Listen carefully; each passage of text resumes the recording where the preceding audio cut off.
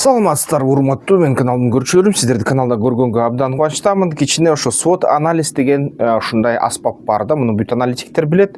Бүт баягы бизнес план жазгандар, бизнес ар кандай аналитиканы жасагандар, кээ учурда мамлекеттик кызматкерлер, мамлекетти мындай баалагандар. Анан Кыргызстан боюнча кичине SWOT анализ кылып көрбөйлү. SWOT деген эмне негизи? SWOT деген бул күчтүү жактары, алсыз жактарын карайт өлкөнүн, анан анын мүмкүнчүлүктөрүн карайт, анан мисалы үчүн ошо коркунучтарды карайт, анан аларга каршы кандай иш-чараларды аткарыш керек экенин шынтып караштырат да. Бул деген баягы мээге өзүнчө машыгуу көнүгүү да.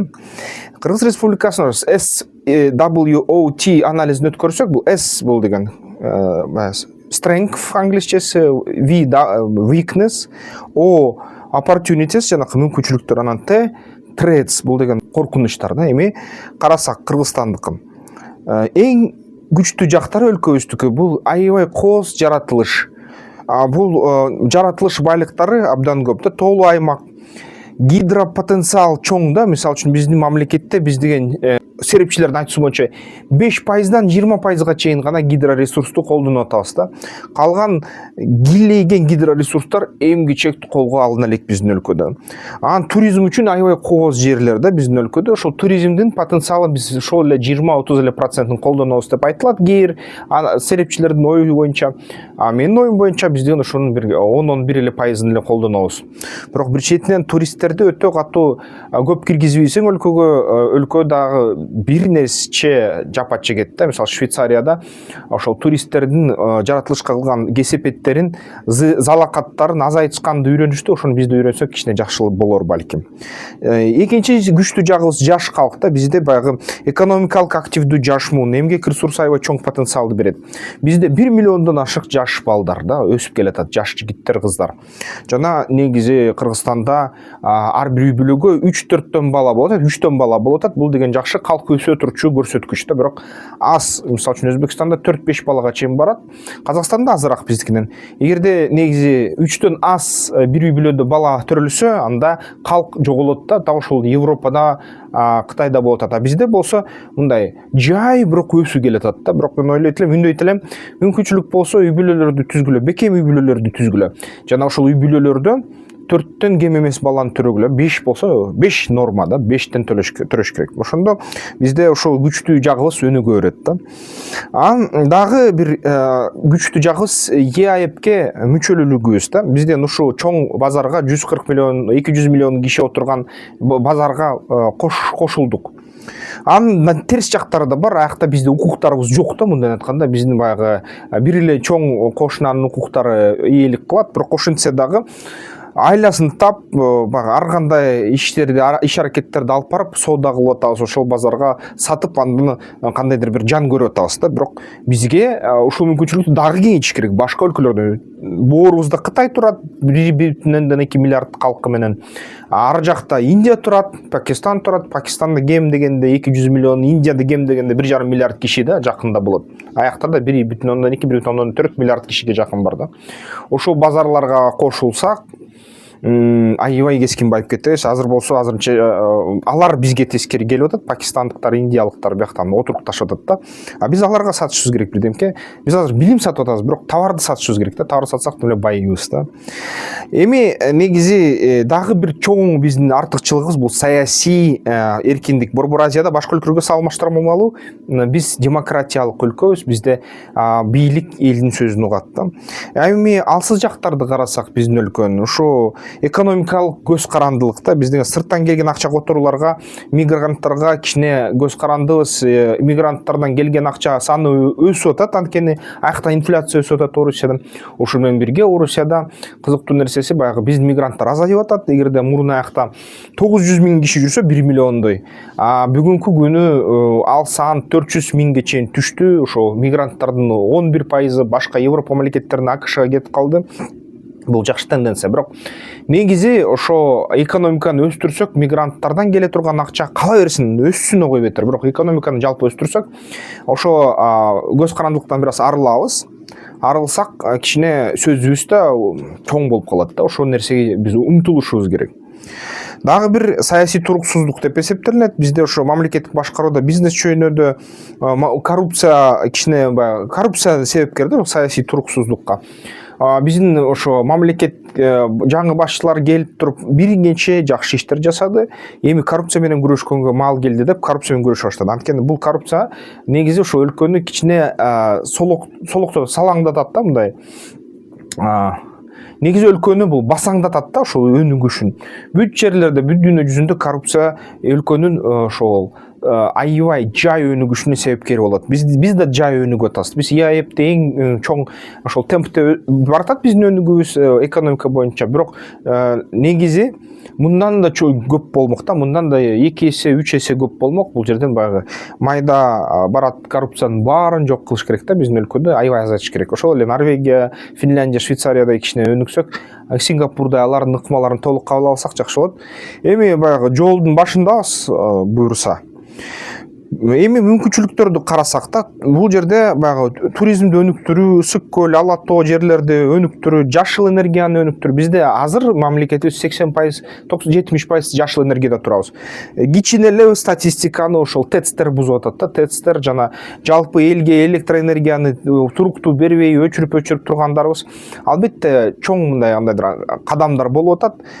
Мини гэстер салынып атат. Дагы проектке түшүп атат мини гэстер, чоң гэстерге акча изделип жатат да ошол салганга. Бирок геотермалдык баягы ысык булактардын энергиясын пайдалансак, жер астындагы ысыкты пайдалансак, жылуулук насосторду аябай жайылтсак да өлкөгө, бул жакшы нерсе абдан. Ошол эле баягы электроэнергияны кайра өчүрсөк, гэстердин санын көбөйтсөк, жакшы болмок да. Ушуга биз бүт иш аракеттерибизди алып барышыбыз керек. Энергетика бул келечек да дайыма. IT тармагы бизде экспорттун көбөйтсөк ушундай, биз деген бул интернетибиз кичине жакшыраак көп өлкөлөргө караганда, бирок эң бат деп айтууга кыйын азырынча. Ошол менен болгондо интернеттин эркиндиги чоң да. Ошон үчүн бизде ошо IT секторун өнүктүрө берсек, мындан ары аябай жакшы мүмкүнчүлүк бизге.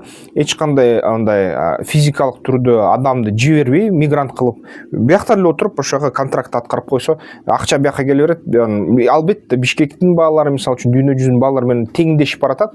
Инфляция аябай кымбатчылык тим эле басып атат, бирок ушул мүмкүнчүлүк бизге жакшы мындай акчанын көлөмүн бермек дагы, ошол инфляцияга туруштук бергенге жакшы өбөлгө түзмөк. Ошон үчүн элдин баары Кыргызстанда айтишник болуп кетсе сонун болмок да. Эгерде сиздер баягы 40 жаштан мага окшоп же 50 жаштан ашып кетсеңер, аны ойлоп калсаңар, ой, айтишник боло албайм деп, бул катачылык. Азыр zero code деген, 0 код деген системалар пайда болуп атат. Программанын эчтекесин билбей эле айтишник боло аласыздар да. Баягы жөн эле ошол клауд деген мисалы үчүн жасалма кылчып атат, ага буйрук берип эле программа жазып саласыңар да. Ушундай мүмкүнчүлүктөр пайда болуп атат. Изилдегиле ушуларды. Ошон үчүн C++ кодду, информатиканы окубай эле, жалпы продуктту жасашты окуп, базалысын окуп, ушул клауд аркылуу силер деген программаларды жаза аласыздар, сайттар жаза аласыздар. Ушундай нерсеге азыр баратат да, ошол өнүгүү, жасалма акылдардын өнүгүүсү. Ар бир кыргызстандык айтишник болуп калыш керек. Ушундай zero code деген системаларды колдонуп. Коркунучтар кандай бар биздин өлкөгө? Климаттын өзгөрүшү эң биринчи коркунуч да. Бизде баягы климаттын туруктуулугу бузулса эле суу азаят, суу азайса эле ушул баягы жер жемиш, баягы азык түлүк коопсуздугу бузулат. Суу кошуналарга жетпей калат, кошуналар суу талаша баштайт, согуш башталып кетиши ыктымал болот. Ушундай нерселер да. Анан бизде ушул нерсени алдын алуу үчүн, мисалы үчүн, токойлорду көбөйтүш керек. Токойлорду көбөйтсө, аябай көп баягы өсүмдүктөрдү өстүрсө, ал өсүмдүктөр ошо абаны тартат да, нымды тартат. Нымды тартканда, нымды бөлүштүргөндө тегиз тоолордо дайыма мөңгү өсүп турат да. Бизде болсо ошо өсүмдүктөр жетишпей жатат байкашым боюнча да. Кыргызстанда бул чоң коркунуч. Ушул климаттык коркунучтарга алдын ала азыртан баштап кандайдыр иш аракеттер жасабаса, келечек муундарыбызга оор болуп калат бул жерге да. Согуш, суу согуштар башталышы ыктымал да. Ошол нерседе караш керек. Экономикалык кризис, биз азыр эмче ошол экономика кризистерге сезимталбыз. Мурун эгерде баягы экономика кризистин түпкү астында баягы болуп жүрүп, түбүндө болуп жүрүп, кризистер бизге анча катуу сокку бербесе, анткени дайыма кризис болсо, жаңы кризис эч кандай мындай айырмачылык бербейт. Азыр болсо өсүп келатабыз, ошон үчүн өсүп келаткан жаш шактай, өсүмдүктүн жаш шагында өсүп келатабыз. Шагын баягы ар кайсы кризис мындай кесип салышы ыктымал. Ошон үчүн ушул жерге аябай кооптуу да бул нерсе, аябай мындай дыкат менен ошо алдын алуу иш аракеттерин баарын карашыбыз керек да, эмне кылсак болот. Ал үчүн менде окшогон, менден арткан экономисттер баары ойлонуп, ушул өлкөгө кантип алдын алыш керек экенин өз ой пикирлерин эл менен бөлүш керек да. Ошондой кыргызча контентти көбүрөөк айтып. Миграция албетте сертификацияланган, мындай квалификацияланган жаштарыбыз сыртка кетип атат да. Жакшы шарт менен биздин баягы жаштарды чакырса эле кете берет да. Мен деле ошол сыртка бир нече жолу барып келгем, кайра келгем да өлкөгө. Ошондой нерсе биздин баягы мээлерибизди чыгарып кетет өлкөдөн. Кичине патриоттук сезим болсо кейисиң да. Бир четинен баягы ар бир жашка жакшылык тилейсиң, барып туруп жакшы акча тап, өс, өн, канатыңды жаз дейсиң, бир четинен болсо кейисиң да. Анткени ошол акылды сыртка алып кетип, анын пайдасын ошол сырттан пайдаланып, анын аркасынан миллиарддаган экономикаларды орнотуп чет элдегилер. Биздики болсо ошол биздин потенциалыбыз кичине ушундай азайып калат да. Бирок бир четинен ошол жаштар кайрылса өлкөгө, анда жакшы да.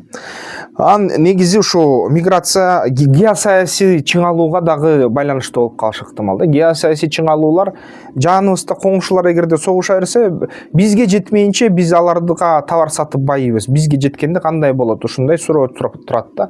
Кытай менен АКШ согушса эмне болот бизге?